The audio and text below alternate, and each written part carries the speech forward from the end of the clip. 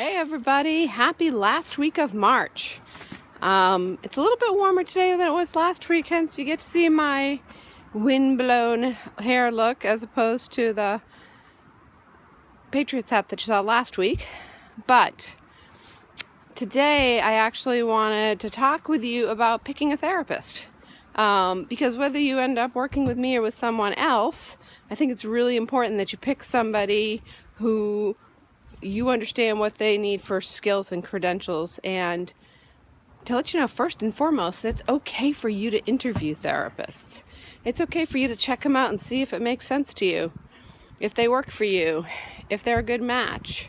And everyone has an off day, so you certainly have to take that into an account, but a therapist shouldn't have an off day. Although this equine therapist, I don't know if you can tell, but she had an awesome day today, because you can see she was rolling in the mud today, clearly. But when you're picking a therapist, the things you need to think about are, what do you want to work on and what kind of therapist do you need to do that? In the state of Massachusetts, you need a master's degree in counseling or social work, clinical social work, in order to actually do therapy with people.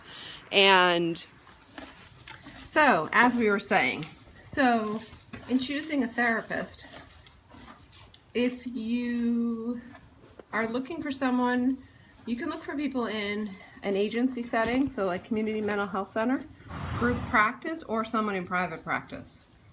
So for example, I am part-time in group practice at North Star Guidance Center, where I take health insurance, and part-time here in the paddock, where I don't, because there's not really a way to bill insurance companies for my time and theirs. But it's important that you know what my credentials are. So I'm a licensed marriage and family therapist in the state of Massachusetts. And you can look up people who are licensed in Massachusetts on mass.gov if you want to see if they have any pending or any sanctions against them. So if they've done anything that's made the board be concerned about them. And I know a lot of people use a variety of different ways to check people out, Yelp and those kinds of things in some cases. But for therapists, it's really good to go to the state board to get a feel for if there's been any kind of challenging or serious things that have gone on. So as I said, I'm a licensed marriage and family therapist in the state of Massachusetts. So what that means is that I was trained and work relationally, which means I'm always thinking about the relationship between the individual and their family, community, school, whatever it is, or with a couple or with a family. So it's within my ability and within my scope of practice to work with people individually, in a couple, or in a family. What's interesting is that for other disciplines, they are also, considered within their scope to work with couples and families. The difference is they don't have expertise necessarily unless they've gone to a bunch of trainings and have gone to a certification program, because a lot of them have had only one or two classes maybe in understanding family systems and different family therapy models. Whereas I probably had 8 classes in my graduate level program. And I actually teach in a graduate level program, so for family therapy, is this not a fun thing to be watching as I'm talking about this stuff? But yeah, so I work in a program helping to train new therapists as well as doing the work myself. So in addition to being licensed as a marriage and family therapist, I have a certificate in a kind of couples counseling called discernment. I've had training in a variety of things, although I'm not certified in them, like EMDR, DBT, TFCBT. We love acronyms in the therapy field. But the other one, which is important to know about if you're coming to see me out here, is I'm certified through EGALA, which is a national organization, actually it's an international organization, that provides training and certification and recertification for people wanting to do this kind of work, equine assisted psychotherapy. And so I've actually been certified, this was the 3rd year, so I went through 2 intensive programming weekends, like basically 3 full days of training twice, so 6 full days of training, and then also did a 3-day series last year as refresher and to learn more and to continue to diversify and build skills. So I have lots of training.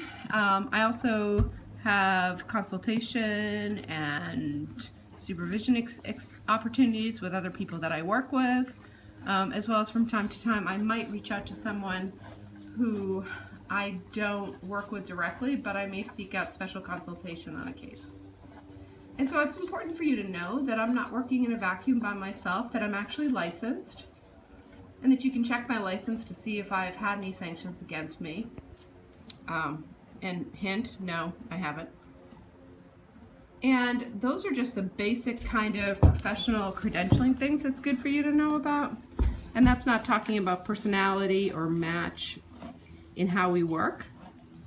And sometimes you really can't figure that part out until you're actually sitting in the therapy room, or in this case, in the paddock or in the stall. Okay, so the last thing before we say goodbye that Tilly wanted me to make sure people know is that sometimes you actually might be in a setting where you are not working with someone who's licensed. Oh, you're actually working with someone who's working on getting their license, or even an intern. And I want to make sure that you know that that's not a bad thing. That those folks are actually gaining and garnering skills to do the work and become licensed. And one of the cool things is that when you're learning, you are really close to all the theories and all the models, and you're getting lots and lots of supervision. So you're getting lots of input and support. So it's true they may not have a ton of experience, but they have lots of experience guiding their interactions with you. And I guess I feel compelled to talk about that since I help train students and supervise people who are working on their license. So I want to make sure, even though I was talking mostly about licensed folks, that I don't leave out our learners, because they are very important and actually have a lot of skills. And I actually regularly refer people who I can't see or we can't see at our practice to people who I trained and who are working on their license in practices in our community and around us. So I think that's an important thing to add. So on that note, I hope everyone's having a great week. Thank goodness April's coming.